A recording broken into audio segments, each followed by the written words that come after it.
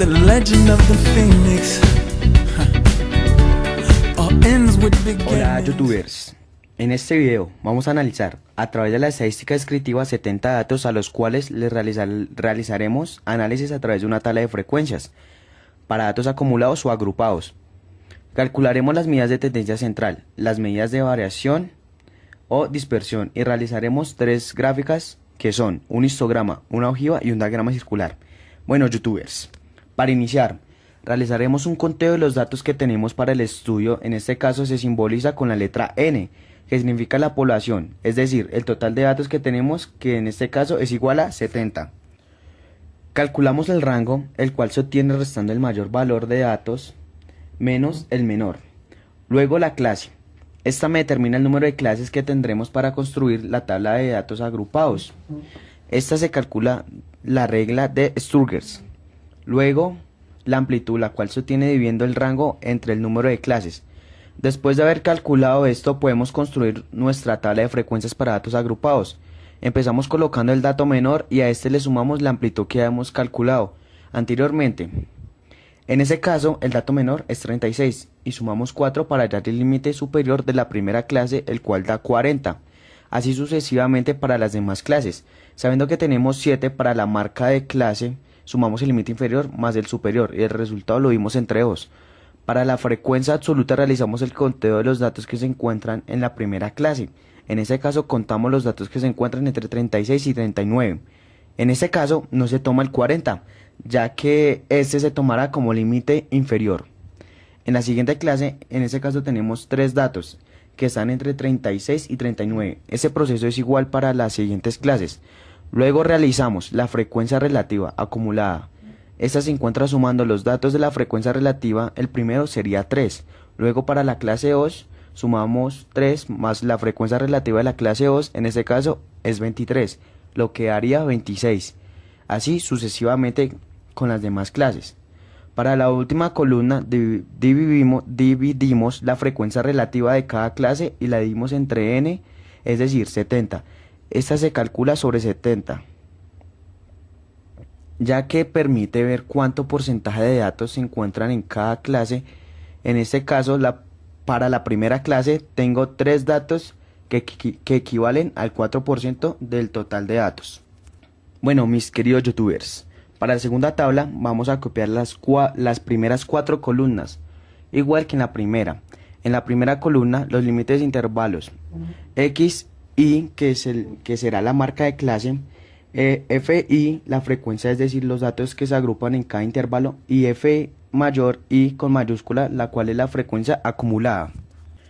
Agregamos 3 columnas, una para calcular XI por FI, es decir, la marca de clase por la frecuencia.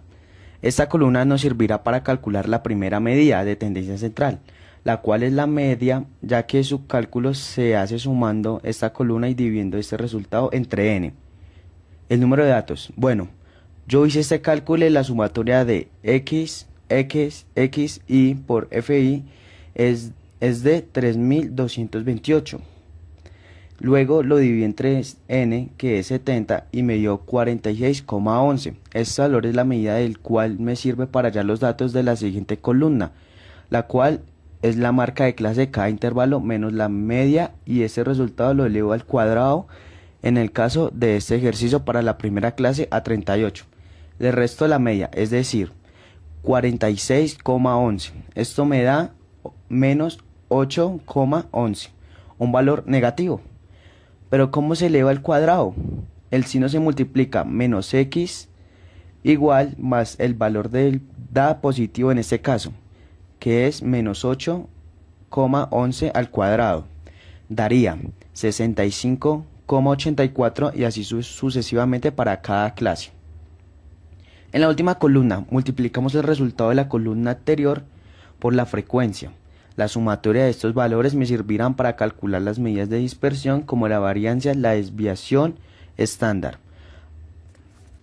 Bueno youtubers, ahora calcularemos las medidas de tendencia central. Ya tenemos la medida que nos había dado, 46,11, ¿sí? Ahora la mediana, sabiendo que la mediana es el dato de medio de los datos, para esto usaremos esta fórmula. En esta fórmula, LI menos 1 es el límite inferior de la clase donde está la mediana, que es n2. N dividido entre 2 es el total de los datos dividido entre 2. Fi es la frecuencia acumulada anterior, es decir, la de la marca de la clase anterior. Fi es la frecuencia de la marca de la clase donde está la mediana y la amplitud de cada clase. Reemplazamos y obtenemos 45,44. Es decir, que este es el valor del medio de los 70 datos. Para el cálculo de la moda, sabiendo que moda es el dato que más veces se repite, reemplazamos los datos de la fórmula y encontramos que el dato que más se repite es 48,11. Las medidas de dispersión muestran cuánto varían los datos con respecto a la media. Para la varianza reemplazamos la sumatoria de la última columna de la tabla 2 y dividimos entre 70. Y mis queridos youtubers, para la desviación estándar se saca la raíz cuadrada de la varianza.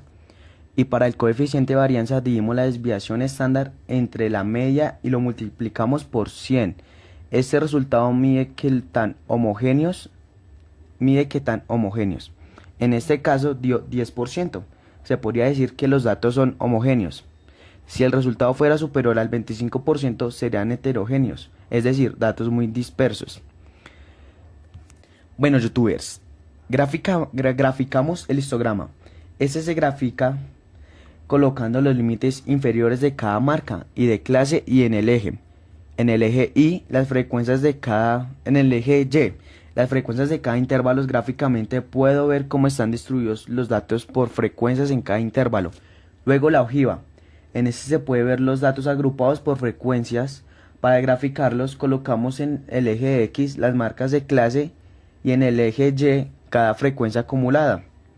En este gráfico podemos ver cómo se agrupan los datos de cada marca de clase en su crecimiento. Y por último, mis queridos youtubers, el diagrama circular. En este podemos ver porcentualmente cómo se distribuyen los datos. Por esto aquí debemos graficar la frecuencia relativa porcentual, es decir, la última columna de la tabla. 1. Para calcular el ángulo de cada porcentaje multiplicamos el porcentaje por 360 grados y lo vimos entre 100. Y luego graficamos conociendo cada ángulo en el círculo. Sabiendo que el círculo tiene 360 grados, en este graficará el 100% de los datos. Muchas gracias youtubers por ver este video.